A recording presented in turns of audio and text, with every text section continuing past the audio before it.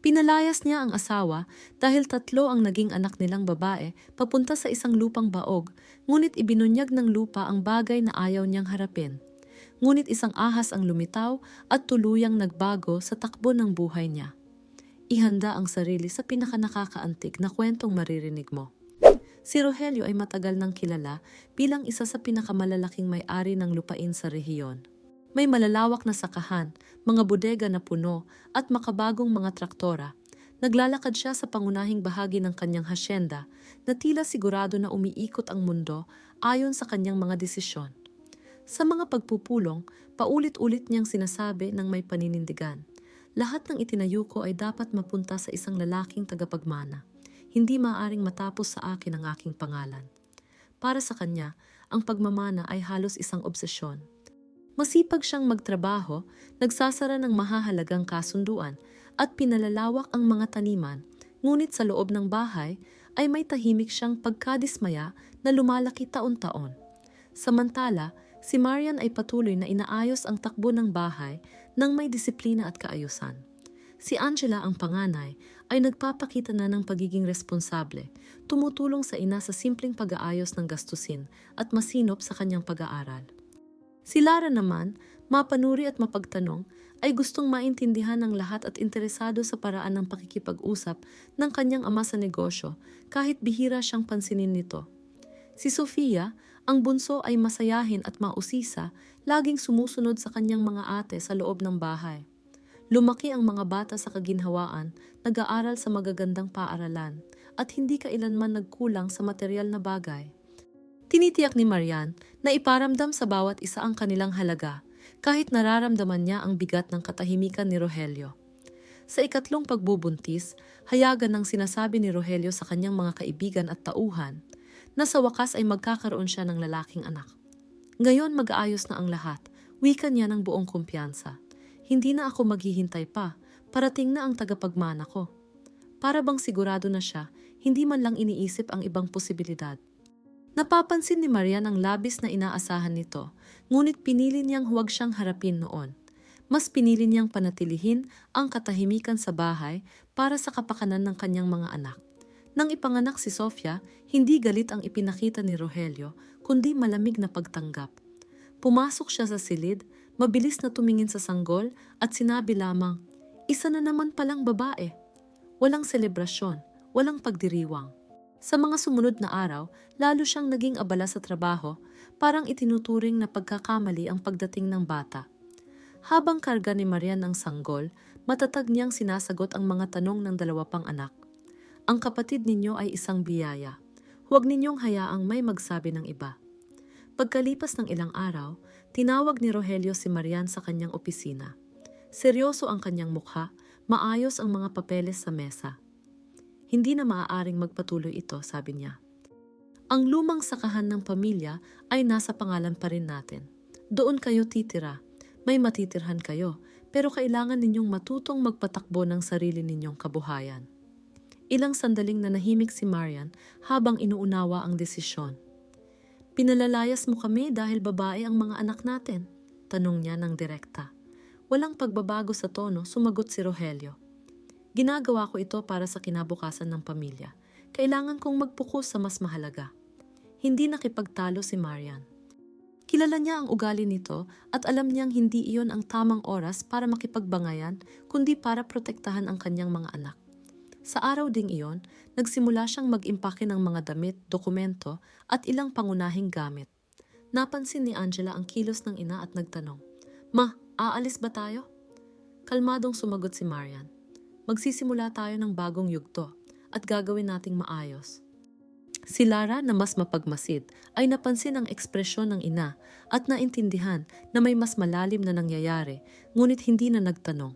Si Sofia ay payapang natutulog sa duyan, walang kamalay-malay sa pagbabagong nagaganap. Mabilis ang paglipat, isang pick-up ang naghatid ng kanilang kakaunting gamit papunta sa lumang lupain. Pagdating nila, malaki ang kaibahan sa dati nilang tirahan. Simple ang bahay, nangangailangan ng pagkukumpuni ang mga dingding at tila tuyot ang paligid.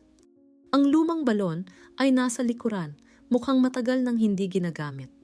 Bumaba si Rogelio, tumingin sa paligid at sinabi lamang, Nandyan ang lupa, nasa inyo kung paano ninyo ito mapapakinabangan. Walang dagdag na paliwanag, sumakay muli siya at umalis. Pumasok si Marian sa bahay kasama ang mga anak. Payakman ang loob, malinis ito. Binuksan niya ang mga bintana para pumasok ang liwanag at nagsimulang ayusin ang mga kasangkapan. Lumabas si Angela sa bakuran at sinuri ang lupa ng may interes. Lumapit si Lara sa balon at nagsabi, mukhang matagal na itong hindi ginagamit. Lumapit si Marian sa kanila at matatag na nagsabi, matututo tayong gamitin ito. Walang imposible dito. Pagsapit ng hapon, habang iniikot ng mga bata ang buong lugar, naglakad si Marian mag-isa sa gitna ng lupa. Matigas ang lupa, may mga bitak sa ilang bahagi. Lumuhod siya, kumuha ng kaunting lupa at pinadaan ito sa kanyang mga daliri. Alam niyang hindi ito magiging madali, ngunit alam din niyang hindi niya hahayaang maging simbolo ng pagtanggi ang lugar na iyon. Sa loob ng bahay, inaayos ng mga bata ang kanilang gamit na parang nagtatayo ng bagong tahanan, walang ipinapakitang takot. Sa pangunahing bahay, tinitingnan ni Rogelio ang mga ulat ng linggo at paulit-ulit na sinasabi sa sarili na tama ang kanyang ginawa. Balang araw maiintindihan nila, bulong niya, pilit kinukumbinsi ang sarili. Naniniwala siyang ang desisyong iyon ang maglalapit sa kanya sa hinahangad niyang kinabukasan.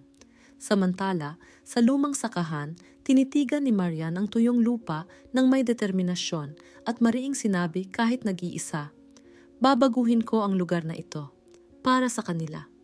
Kinabukasan, nagising si Marian bago pa sumikat ang araw.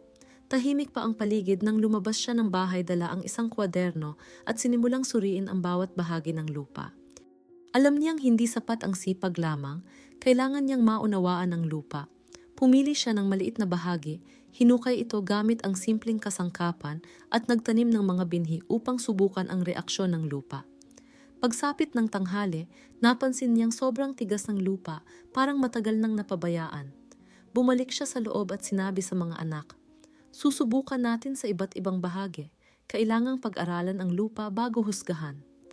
Lumapit si Angela at nagsabi, kung iba-iba ang lugar, baka may bahagi na mas tutubo. Nagsimulang magtala si Lara ng bawat obserbasyon, habang si Sofia ay nakamasid lamang, hindi pa lubos na nauunawaan ang lahat, ngunit nakikita ang pagsisikap ng ina. Pagkalipas ng ilang araw, sinubukan ni Marian ang lumang balon. Mahina ang daloy ng tubig, halos hindi sapat para sa maliit na taniman. Pinilit niyang paandarin ito at napabuntong hininga. Hindi ito sasapat para sa buong taniman, sabi niya. Lumapit si Angela at nagtanong, pwede pa ba nating palalimin? Matatag na sumagot si Marian, hindi kung wala tayong sapat na kaalaman, hindi puro lakas ang kailangan sa lupa kundi kaalaman. Sa kabila ng hirap, ipinagpatuloy ng mga bata ang kanilang pag-aaral at tumutulong sa abot ng kanilang makakaya. Naghihiwalay ng binhi, naglilinis ng gamit at nagtatala ng bawat pagsubok. Pinangangalagaan ni Marian ang mga ito laban sa mabigat na responsibilidad. Mag-aral kayo, matuto at tumulong kung kaya. Ako na ang bahala sa iba. Lagi niyang sinasabi kapag nakikita ang pag-aalala sa kanilang mga mata. Pagkalipas ng isang linggo, habang inaayos ang mga lumang kahon na matagal nang nakatabi sa bahay, nakakita si Marian ng mga lumang mapa ng lupain na kumupas na ang kulay. Mga record iyon mula sa panahong produktibo pa ang bukid. Ikinalat niya ang mga papel sa mesa at sinimulang suriin ang mga marka, mga linyang iginuhit ng kamay at mga tala na ginawa ilang dekada na ang nakalipas. Lumapit si Lara, dala ang kuryosidad at nagtanong, ano yan? Sumagot si Marian, kasaysayan ng lupang ito. Bago tayo, may mga taong nagtrabaho rito at nag-iwan ng mga bakas. Kinugol ni Angela ang hapon sa tabi ng kanyang ina, inihahambing ang mga mapa sa kasalukuyang anyo ng lupa, sinusubukang tukuyin ang mga bahaging tila naging mahalaga noon. Nang gabing iyon, matapos makatulog ang mga bata, nanatiling nakaupo si Marian sa mesa, nakaharap sa mga mapa. Ramdam niya ang bigat ng responsibilidad, ngunit hindi ang pagkatalo. Tumayo siya, naglakad papunta sa pinto at lumabas sa bukirin. Maliwanag ang langit at ang katahimikan ay tila mas malalim pa kaysa noong nakaraang araw. Ipinit niya ang mga mata at nagdasal ng simple at tuwirang panalangin, hindi humihingi ng kayamanan kundi ng pagkakataon. Kung may paraan, Ipakita mo sa akin. Kailangan ko lang ng patas na pagkakataon para sa kanila. Bulong niya ng may buong katapatan. Habang naglalakad siya sa lupain at sinusuri ang iba't ibang bahagi nito, napansin niya na may isang lugar na bahagyang naiiba ang kulay ng lupa. Lumapit siya ng may pag-iingat at biglang napahinto sa kanyang nakita. Isang malaking ahas, kakaiba ang anyo, na ang mga kaliskis ay kumikislap sa liwanag ng buwan, ang nakahimpil sa kanyang harapan. Hindi agresibo ang tingin nito, ngunit matalim at nakatuon, na para bang naghihintay. Nanatiling nakatayo si Marian, hindi sumigaw, hindi tumakbo. Nabasag ang katahimikan ng isang malinaw at matatag na tinig na tila nagmumula mismo sa presensya ng hayop. Hinahanap mo ang sagot sa ibabaw, pero binabaliwala mo ang nakatago. Wika ng ahas, hindi gumagalaw ang bibig gaya ng tao, ngunit malinaw ang mensahe nito. Naramdaman ni Marian ang panginginig ng kanyang buong katawan, ngunit hindi siya umatras. "Sino ka?" Tanong niya ng hirap. Agad ang tugon. "Mas matagal na akong naninirahan sa lupang ito kaysa sa inaakala mo. Hindi patay ang lupain, mali lamang ang pagkakaunawa rito." Dahan-dahang gumapang ang ahas at huminto sa isang tiyak na bahagi ng lupa. Ang tubig na hinahanap mo ay wala sa lumang balon. Dumadaloy ito sa kailaliman sa mismong lugar na ito. Sinubukan ni Marian na unawain ang kanyang naririnig. "Bakit mo ako tutulungan?" Tanong niya, hindi pa rin makapaniwala. Direkta ang sagot, ang pagtitiyaga ay kayang baguhin ang kapalaran. Hindi ka humiling dahil sa pagmamataas, kundi dahil sa pagkakataon. Tumutugon ang lupa sa mga hindi ito iniiwan. Idinagdag pa ng ahas, "Maghukay ka rito, huwag kang lilihis, huwag kang matakot sa nasa ilalim." Pagkatapos, dahan-dahan itong pumasok sa mga halaman at nawala na parang hindi kailanman naroon. Nanatiling nakatayo si Marian ng ilang minuto, pilit inuunawa ang nangyari. Maaaring guni-guni lamang iyon, maaaring dulot ng takot, ngunit may bahagi sa kanya na nagsasabing hindi iyon ganoon.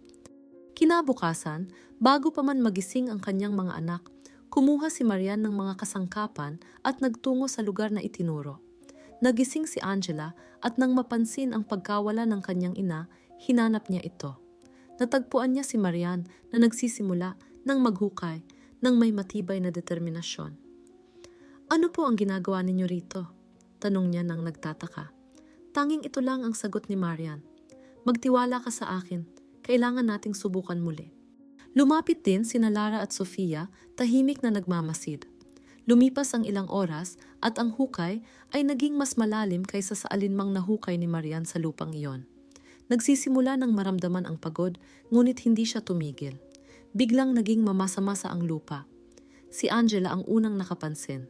"Nay, tingnan ninyo ito," sabi niya habang itinuturo ang umitim na lupa.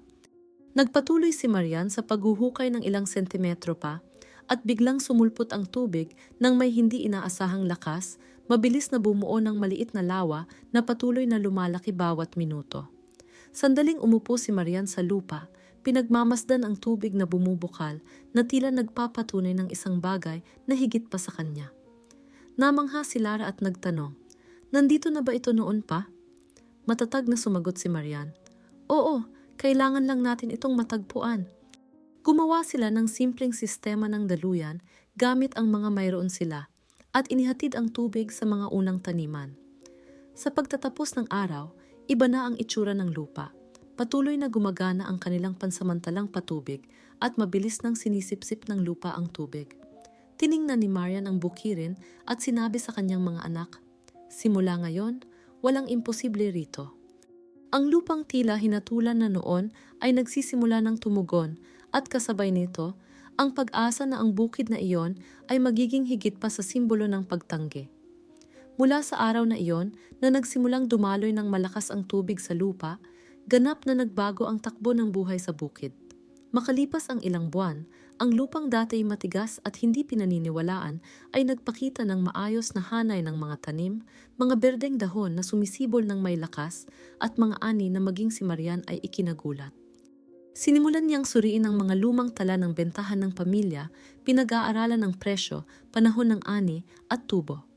Nakaupo sa mesa ng kusina, napapalibutan ng mga papel, sinabi niya sa kanyang mga anak, Kung mas marami tayong ipoproduce, kailangan din nating magbenta ng mas maayos.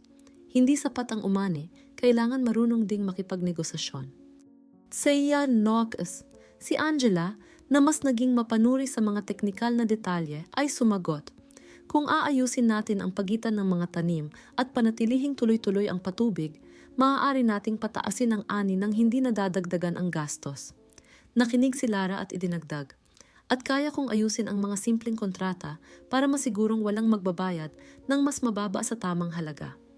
Si Sofia, bagamat bata pa, ay masusing nagmamasid, lalo na sa mga hayop na unti-unting dumarating sa bukid habang lumalago ang produksyon. Sinimulan ni Marian ang lokal na bentahan sa maliliit na producer at mga pamilihan sa rehiyon. Walang mapang-abusong mga tagapamagitan dahil iginiit ni Lara na suriin ang bawat dokumento bago pirmahan. Hindi tayo tatanggap ng malalabong kondisyon, matatag niyang sinasabi habang sinusuri ang mga papeles. Si Angela naman ay gumugugol ng oras sa pag-aaral ng mga makabagong teknik sa agrikultura, sinusubukang paghusayin ang paggamit ng natuklasang tubig. Kung nagawa natin ito ng mag-isa, isipin mo kung ano pa ang magagawa natin sa tamang plano, wika niya ng may sigla. Si Sofia ay may kakaibang pananaw, laging nakatuon sa mga hayop. Nang isa sa mga unang baka ay nagpakita ng panghihina, lumapit siya at nagsabi, kung aalagaan natin silang mabuti, magiging mas matatag ang produksyon. Ay pinagmamasdan ni Marian ang kanilang pakikilahok at napagtanto niyang bawat isa ay unti-unting nakakahanap ng sariling papel sa bagong realidad na yon. Pagkalipas ng ilang taon, malinaw na ang pagbabago. Ang pag-unlad ay unti-unti ngunit matatag. Pumasok si Angela sa kursong agronomy at nagdala ng formal na kaalamang teknikal pabalik sa bukid. Nang makapagtapos siya, nagpresenta siya ng detalyadong plano para sa modernisasyon ng patubig. Hindi natin kailangang umasa lamang sa daloy ng tubig pababa. Maaari tayong maglagay ng mas epektibong mga kanal at mas maayos na ipamahagi ang tubig.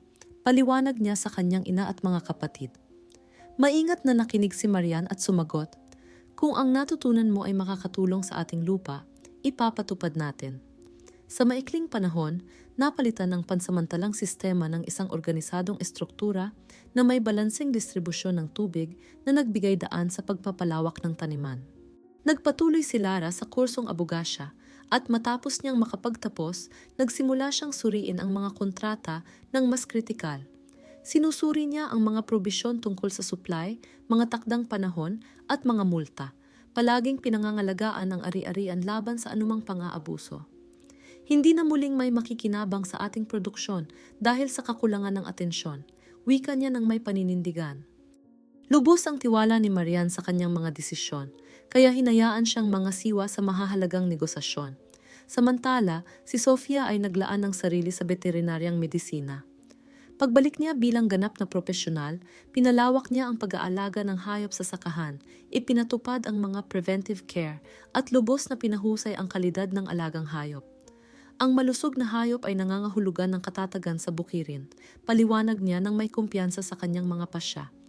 Ang ari-arian, na dati itinuturing na isang nakalimutang lupain, ay naging huwaran sa balanseng produktibidad ng pagtatanim at pag-aalaga ng hayop. Hinanap si Marian upang magbigay ng gabay sa pamamahala, ngunit nanatili siyang matatag at tahimik. Ang ginawa namin dito ay bunga ng tuloy-tuloy na pagsisikap, sabi niya, nang hindi binabanggit ang insidente ng ahas. Ang 3 anak na babae ay nagtutulungan. Bawat isa'y gumagalang sa espasyo ng iba, ngunit sama-samang gumagawa ng mahahalagang desisyon. Samantala, iba ang landas na tinahak ni Rogelio. Makalipas ang ilang panahon, muli siyang nagpakasal at masayang ipinagdiwang ang kapanganakan ng 2 lalaking anak. Ang dating hangarin lamang ay naging pampublikong paniniwala. Ngayon, sigurado na ang pangalan ko, paulit-ulit niyang sinasabi sa mga kakilala. Malaki ang kanyang naging puhunan sa edukasyon ng mga bata mula pagkabata, kumuha ng pribadong mga kurso at inihanda sila sa mga responsibilidad sa hinaharap. Bawat pag-unlad nila ay tinitingnan niya bilang patunay na tama na ang kanyang naging desisyon. Kayo ang mamamahala sa lahat ng ito balang araw, sabi niya sa mga anak habang naglalakad sa mga lupain na nasa kanyang kontrol pa. nagsimulang magplano si Rogelio ng pagpapalawak batay sa inaasahang pamamahala ng dalawa. Pinalawak niya ang mga lupain, kumuha ng mga pautang at nangako ng mabilis na paglago. Naniniwala siyang ang lakas ng kabataang lalaki ang magiging susi upang mapatatag ang kanyang imperyo. Tuwing may magbabanggit tungkol sa mga anak na babae sa dating sakahan, may paghamak siyang sumasagot. Natuto lang silang mabuhay. Ang mga tagapagmana ko ay inihahanda para mamuno. Sa sakahan ni Marian, iba ang katotohanan. Pinamunuan ni Angela ang mga teknikal na pagpapabuti. Inayos ni Lara ang matitibay na kontrata at pinalawak ni Sofia ang pag-aalaga ng hayop ng may pananagutan. Naglalakad si Marian sa bukirin habang pinagmamasdan ang bunga ng maraming taong pagsisikap at sinabi sa mga anak, "Ginawa ninyong mas higit pa ang lugar na ito kaysa sa inaasahan ko." Tumugon si Angela ng may kumpiyansa. "Ipinagpatuloy lang namin ang sinimulan ninyo." Idinagdag ni Lara, "Walang nagtatrabaho mag-isa dito." Ngumiti si Sofia at sinabi, "At walang itinatapon. Ngayon isang maikling pahinga upang patuloy naming maihatid ang mga ganitong kwentong nagbibigay inspirasyon ng libre, hinihiling namin na isaalang-alang mong mag-like at mag-subscribe sa channel. Ikomento ang salitang pag-asa sa mga komento. Maraming salamat at ipagpatuloy natin ang kwento." Sa pagtatapos ng panahong ito, ang tatlong babae ay ganap ng kasangkot sa pamamahala ng ari-arian. Hinahati ang mga estratehikong desisyon ng may sapat na gulang. Sa kabilang panig, ipinapakita ni Rogelio ang labis na pagmamataas sa kanyang mga anak na lalaki na pinaniniwalaan niyang perpektong tagapagmana. Nakikita niya sa kanila ang katiyakan ng pamana na matagal niyang hinangad. Hindi napapansin na habang ipinagdiriwang niya ang hinaharap na iniisip niya, mayroon ng tahimik na lumalagong halimbawa ng kakayahan sa dating sakahang kanyang iniwan. Habang ipinapakita ni Rogelio ang kanyang pagmamalaki sa mga anak na itinuturing niyang garantiya ng kanyang pamana, lumipas ang mga taon at dumating ang sandaling nagpasya siyang ipasa sa kanila ang bahagi ng pamamahala ng mga ari-arian. Tinipon niya ang dalawa sa opisina at sa kumpiyansang tono sinabi, "Panahon na para akuin ninyo ang totoong responsibilidad. Lahat ng itinayo ko ay kailangang magpatuloy sa paglago." Tinanggap ng mga binata ang tungkulin ng may sigla, ngunit may pagmamadali rin. Nais nilang magpakita agad ng resulta, agarang pagpapalawak at mga bilang na kahanga-hanga. Pinagmamasdan ni Rogelio ang bawat galaw nila ng may pag-asam, kumbinsidong sa wakas ay nasisilayan na niya ang hinaharap na matagal niyang pinangarap. Sa unang mga buwan, nagsimula ang mga anak sa matapang na pagbabago. Ibinenta nila ang ilang produktibong lupain upang makalikom ng kapital at inihayag ang pamumuhunan sa mga bagong proyekto na may pangakong mabilis na balik. Ipinaalam kay Rogelio ang mga desisyong nagawa na at binigyan siya ng maiikling paliwanag tungkol sa mga kontratang napirmahan. Nang tanungin niya kung bakit kailangang ibenta ang mga lupain na dati kumikita, sumagot ang isa, "Kailangan nating mag-modernize, mag-invest ng malaki ngayon para mas malaki ang kita sa hinaharap."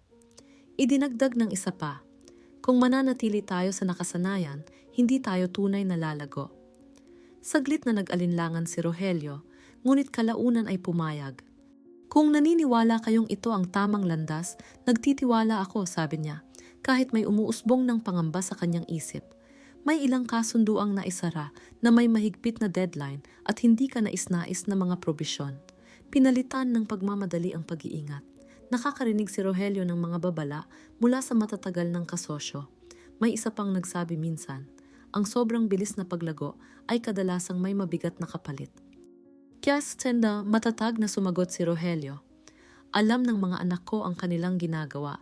Handa sila. Mas pinili niyang ipagtanggol ang kanilang mga desisyon kaysa aminin na maaaring kulang pa sila sa karanasan.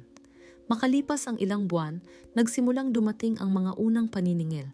Humihingi ang mga bangko ng bayad na nakadepende pa sa mga resulta na hindi pa nakukuha. Hindi na ibigay ng mga pinunduhang proyekto ang inaasahang kita. Isa sa mga lupain na naibenta ay napatunayang mas mahalaga kaysa sa inaakala at mabilis na naubos ang perang nakuha dahil sa hindi inaasahang gastos. Tinawag ni Rogelio ang mga anak para sa mas seryosong pag-uusap. Ipaliwanag ninyo kung bakit mas malaki na ang utang natin kaysa dati. Hinihingi niya. Sumagot ang isa ng may pagkainip. Bahagi lang ito ng adjustment. Ang malalaking pagpapalawak ay dumadaan sa ganitong yugto. Dagdag ng isa pa, kailangan ninyong magtiwala at tigilan ang pag-pressure. Lalong tumindi ang presyo nang magsimulang dumating ang mga formal na abiso. Ginamit bilang kolateral ang mga lupain at nagsimulang bawiin dahil sa pagkaantala ng bayad. Sa unang pagkakataon, naramdaman ni Rogelio ang tunay na bigat ng mga naging desisyon. Muli niyang tinawag ang mga anak at sinabi, "Sinabi ninyong kalkulado ang mga panganib. Nasaan ang plano ngayon?" Sumagot ang isa ng may inis. "Ang problema, gusto ninyong kontrolin ang lahat at hindi ninyo kami hinahayaang magtrabaho." Dagdag pa ng isa, "Kung binigyan ninyo kami ng buong kalayaan mula sa simula, hindi mangyayari ang lahat ng ito." Napagtanto ni Rogelio na ang autoridad na inaakala niyang ipinapasa niya ay ginagamit na laban sa kanya. Mabilis na lumala ang sitwasyong pinansyal. Ang mga lupain na dati sumusuporta sa pamilya ay isa-isang nawawala. Umiwas ang mga dating kasosyo. Ang bagong asawa ni Rogelio ay nagmamasid sa pagbagsak ng may tumitinding pag-aalala. Sa isang tensyonadong pag-uusap, sinabi niya, "Hindi ko kayang panoorin na gumuho ang lahat ng wala akong ginagawa. Hindi ito ang katatagang ipinangako mo." Sinubukan ni Rogelio na magpaliwanag. "Mahirap lang na yugto ito, makakabawi rin tayo." Malamig ang sagot niya. "Ang pagbangon ay nangangailangan ng matibay na pundasyon at ibinigay mo iyon sa maling kamay." Hindi nagtagal, nagpasya siyang lumayo, malinaw na ipinahayag na hindi siya mananatili sa tabi ng isang taong nawalan na ng kontrol sa sarili niyang ari-arian. Ang mga anak na lalaki na dati ay nagpapakita ng labis na kumpiyansa ay nagsimulang umiwas sa direktang komprontasyon. Sinimulan nilang isisi ang kalagayang pang-ekonomiya, ang mga bangko at maging ang sarili nilang ama. "Kung binigyan ninyo sana kami ng buong kalayaan mula sa simula, iba sana ang kinalabasan ng mga kontrata," sabi ng isa sa kanila nang may pagtatanggol sa sarili. Sumagot si Rogelio nang may pait, "Binigyan ko kayo ng tiwala, ng mga yaman at ng aking pangalan. Ang kulang ay pananagutan." Natapos ang usapan nang walang resolusyon. Makalipas ang ilang panahon, lalo silang lumayo, umiiwas sa mga pagpupulong at bihirang magpakita sa mga natitirang ari-arian. Dahil sa lumalaking utang at nakasanglang mga ari-arian, napilitan si Rogelio na lisanin ang pangunahing bahay. Ang tahanang naging simbolo ng kanyang kapangyarihan sa loob ng maraming taon ay hindi naganap na kanya. Tahimik ang kanyang pag-alis, ngunit puno ng kahihiyan. Ang biglang mga matagal ng empleyado ay nagmasid mula sa malayo. Ang ilan ay may awa, ang iba ay may pagdududa. Naglakad si Rogelio sa bakanting pasilyo at bumulong sa sarili. "Ginawa ko ang lahat para matiyak ang pagpapatuloy at ngayon wala na akong maipagpapatuloy."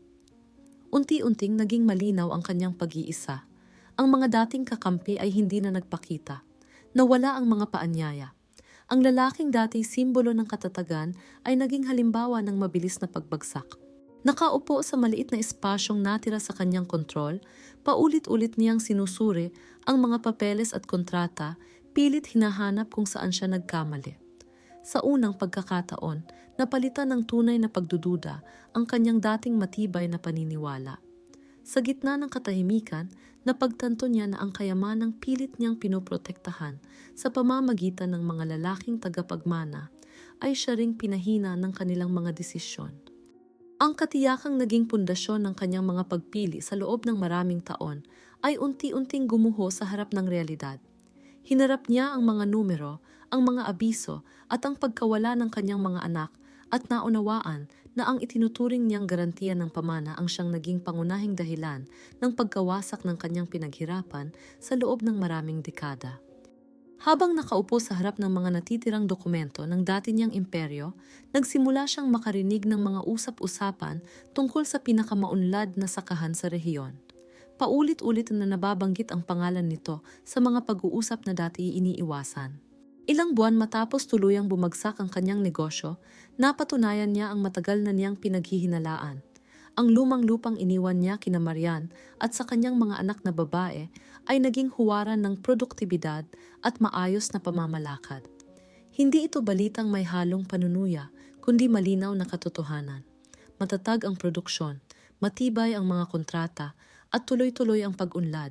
Sa unang pagkakataon, hindi siya tumugon ng may pagmamataas. Nanatili siyang tahimik, tinanggap ang impormasyong tila isang taong napagtantong may mahalagang bagay siyang hindi pinansin. Matapos ang ilang araw na pagninilay, gumawa siya ng desisyong hindi niya akalaing kakailanganin niyang gawin. Nagsuot siya ng payak na damit, iniwan ang natitirang bakas ng kanyang pagmamataas at nagtungo sa lupain. Pagdating niya, ibang-iba ang kanyang nasaksihan kumpara sa iniwan niya noon. Makabago ang mga pasilidad, maayos ang sistema ng patubig at organisado ang pangangalaga sa mga hayop.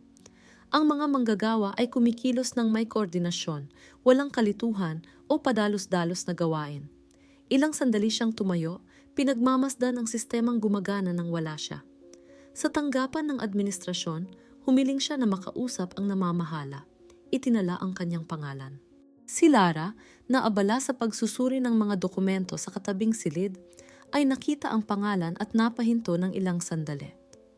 Siya iyon, mahina niyang sabi habang tinatawag ang kanyang mga kapatid. Itinaas ni Angela ang tingin mula sa mga ulat at lumapit sa bintana upang sumilip ng hindi halata. Si Sofia naman, nang makita siya ng mas malapitan, ay napansin ang kanyang pagod na anyo at ang hindi na ganoon katatag na tindig. Hindi na siya katulad dati, sabi niya ng may bahagyang pag-aalala. Dinala si Rogelio sa pangunahing lugar kung saan nagtatrabaho ang tatlo. Naging tahimik ang sandali ng kanilang pagkikita. Tiningnan niya ang bawat isa, tila sinusukat ang panahong nawala. Si Marian ang huling dumating, na natiling kalmado ang tindig. Siya ang unang nagsalita.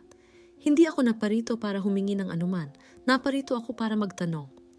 Nakakross ang mga braso ni Lara, ngunit nanatiling tahimik. Hinintay ni Angela ang kanyang susunod na sasabihin. Si Sofia ay tahimik na nagmamasid, sinusubukang makilala ang bakas ng nakaraan sa kanyang mukha. Huminga ng malalim si Rogelio bago nagpatuloy. Ilang taon kong sinasabi na kailangan ko ng lalaking tagapagmana para mapanatili ang aking pangalan. Ngayon, halos wala na akong mapanatili. Nagkamali ako sa pag-aakalang ang pamana ay nakabatay sa kasarian. Hindi ito dramatikong pahayag, kundi tuwirang pag-amin. Hindi inalis ni Marian ang tingin sa kanya. Ikaw ang nagdesisyon niyan, matatag niyang tugon. Tumango siya. Alam ko, at ang bunga ng aking mga desisyon ay nasa harap ko. Naglakad siya ng ilang hakbang at itinuro ang mga maayos na ulat at plano. Naipatupad ninyo ang modelong sinasabi kong kailangan. Maayos na pagpaplano, teknikal na kaalaman, kontrol sa pananalapi, at atensyon sa detalye. Lahat ng inaakala kong tanging ang mga anak kong lalaki ang kayang gawin. Sumagot si Lara ng diretsyo. Ginawa lang namin ang dapat gawin. Idinagdag ni Angela. Walang minadali rito, walang pinairal na pagmamataas. At sinabi ni Sofia, ginawa ito ng may pananagutan. Bahagyang ibinaba ni Rogelio ang tingin. Binalewala ko kayo, noong dapat kayo ang naging prioridad ko. Hindi ko nakita ang kakayahang nasa loob mismo ng aking tahanan.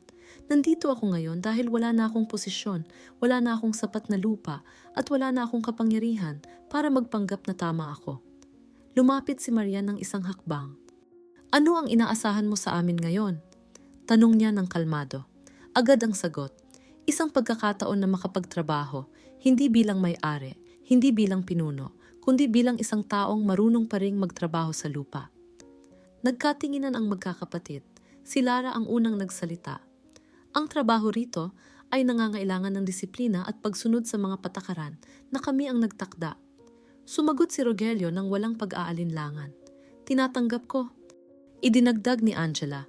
Walang pribilehiyo dito dahil sa apelyido. Tumango siya. Hindi ako humihingi ng pribilehiyo. Sinabi ni Sofia, at ang mga desisyon ay sama-samang ginagawa. Tugon niya, wala akong karapatang magdesisyon sa anuman maliban sa sarili kong pagsisikap. Nanatiling tahimik si Marian sandali, sinusuri hindi lamang ang kanyang mga salita, kundi pati ang kanyang asal. Wala nang yabang, wala nang pag-angkin, tanging malinaw na pag-amin ng pagkakamali. Sa wakas ay sinabi niya, kung nais mong magtrabaho, may simpleng gawain sa bukid para sa iyo. Mga pangunahing tungkulin, may takdang oras, at walang pakikialam sa pamamahala. Tumango si Rogelio. Higit pa iyon sa nararapat sa akin. Ipinaalam ang desisyon sa mga manggagawa ng walang seremonya. Binigyan si Rogelio ng malinaw na mga tagubilin sa kanyang mga gagawin sa mga susunod na araw. Habang naglalakad siya patungo sa lugar na itinalaga sa kanya, narinig niyang sinabi ni Lara sa kanyang mga kapatid, "Nandito siya para patunayan ang sarili niya, hindi sa atin." Sumagot si Angela, "Ang bukid ang magpapakita kung sino ang tunay na may tiyaga." Idinagdag ni Sofia, "At ang lupa ay hindi tumutugon sa pagmamataas." Sa pagtatapos ng araw na iyon, muli nang nabalot ng lupa ang kanyang mga kamay habang ginagawa ang mga trabahong dati niyang ipinapasa sa iba. Ang lalaking dating namamahala sa malalaking kasunduan ay ngayon ay inaayos ang mga simpleng sistema sa ilalim ng gabay ng kanyang sariling mga anak. Habang pinagmamasdan niya si Angela na namamahala sa patubig, si Lara na nagsusuri ng mga kontrata at si Sofia na nag-aalaga sa mga hayop, napagtanto niyang ang kapangyarihang nais niyang mapanatili ay hindi nagmumula sa pag-uutos, kundi sa kakayahan. Walang huling talumpati, walang labis na pagbabalik loob, nagsimula siya roon ng isang bagong papel. Hindi bilang ganap na may-ari, kundi bilang isang taong kailangang muling buuin ang respeto sa sariling trabaho. Patuloy na tumatakbo ang bukid sa ilalim ng pamumuno ng 3 babaeng minsan niyang itinuring na kulang. At ngayon, sa parehong pamumunong iyon, muli siyang nagsisimula. Batid na ang pamana na sinubukan niyang protektahan ay matagal nang nasa harapan niya. Sa mga sumunod na linggo, nagsimula si Rogelio ng isang rutinang hindi niya kailanman inakalang babalikan niya. Maaga siyang nagigising, nagsusuot ng simpleng damit at pumupunta sa bukirin bago pa man sumikat ng husto ang araw. Tumatanggap siya ng malinaw na mga utos at isinasagawa ang mga pangunahing gawain, walang pribilehiyo, walang autoridad at walang estratehikong desisyon. Sa simula, hindi maiwasan ang katahimikan sa pagitan niya at ng kanyang mga anak, ngunit hindi iyon may galit, kundi bunga lamang ng mga taon ng pagkakalayo. Pinagmamasdan niya si Angela na sinusuri ang lupa gamit ang makabagong kagamitan, inaayos ang patubig ng may teknikal na eksaktong paraan, at ipinapaliwanag sa mga manggagawa ang bawat pagbabagong ipinatutupad. Naririnig niya itong nagsasabi ng may kumpiyansa, "Kung mapapanatili natin ang ganitong distribusyon ng tubig, mananatiling matatag ang produksyon kahit may pagbabago sa klima." Nakikita niya roon hindi lamang kaalaman, kundi pamumunong hinubog ng pag-aaral at karanasan. Si Lara naman ay ginugugol ang malaking bahagi ng araw sa pagsusuri ng mga kontrata at pakikipagkasundo ng may matatag na tindig. Nasaksihan ni Rogelio ang isang pulong kung saan malinaw niyang sinabi, "Hindi tayo pipirma sa anumang maglalagay sa lupain sa panganib dahil sa pagmamadali o pagmamataas." Umalingaw-ngaw sa kanya ang mga salitang iyon sapagkat iyon mismo ang uri ng pag-iingat na kanyang binaliwala noon. Si Sofia sa kabilang banda ay patuloy na umiikot sa mga hayop, masusing sinusuri ang bawat isa ng may profesionalismo. Isang umaga narinig niya itong nagsabi, "Ang pag-iwas ay nakakaiwas sa pagkalugi. Ang maayos na pag-aalaga ngayon ay pagtitipid bukas." Napagtanto niya na bawat isa sa kanyang mga anak ay may tunay na kakayahan sa kani-kanilang larangan, hindi umaasa sa apelyido o sa kapangyarihan. Habang lumilipas ang mga araw, unti-unting naunawaan ni Rogelio na ang tunay na pamana ay wala sa pagpapatuloy ng pangalan, kundi sa pagpapatuloy ng maayos na gawain. Isang hapon, habang pinagmamasdan niya ang 3 na nag-uusap tungkol sa mga pagpapabuti para sa susunod na ani, narinig niya si Angela na nagsabi, "Sama-sama tayong nagdedesisyon dahil ang hinating responsibilidad ay nagpapalakas ng pasya." Dinugtungan ni Lara, "Dito, walang kailangang magpatunay ng pagiging higit para mamuno." At nagtapos si Sofia, "Ang nagpapatibay sa bukid na ito ay kakayahan, hindi label." Nanatili siyang tahimik, tinatanggap ang bawat salita na parang aral na inabot ng maraming taon bago niya natutunan. Isang gabi, matapos ang trabaho, lumapit si Rogelio kay Marian na abala sa pag-aayos ng mga ulat sa veranda ng simpleng bahay na dati simbolo ng kanyang paglayo. Umupo siya sa tabi nito at sa unang pagkakataon mula nang siya'y bumalik, nagtanong ng direkta, "Paano nagbago ng ganoon kabilis ang lupang ito noong simula? Kilala ko ang lugar na iyon." "Wala itong napoproduce noon. Ilang sandaling nanahimik si Marian, iniisip kung dapat niyang ibahagi ang bagay na matagal niyang itinago. Pagkatapos ay sumagot siya, hindi lahat ng mukhang walang pakinabang ay tunay na patay.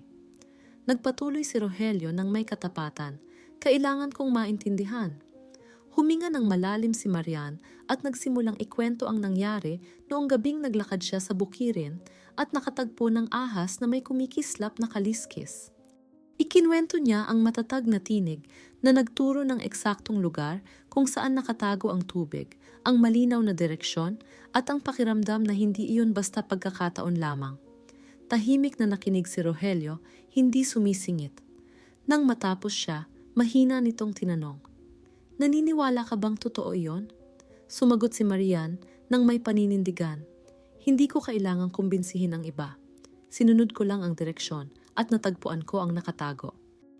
Tinitigan niya ang bukirin na naliliwanagan ng buwan at sinabi, "Ilang taon kong sinasabi na kailangan ko ng mga palatandaan para magtiwala sa mga desisyon ko. At nang ang pinakamalaking palatandaan ay nasa loob ng sarili kong tahanan, hindi ko ito pinansin." Sumagot si Marian ng kalmado ngunit matatag, "Hindi mo iyong binalewala dahil kulang sa palatandaan. Pinili mong huwag pansinin." Dahan-dahang tumango si Rogelio.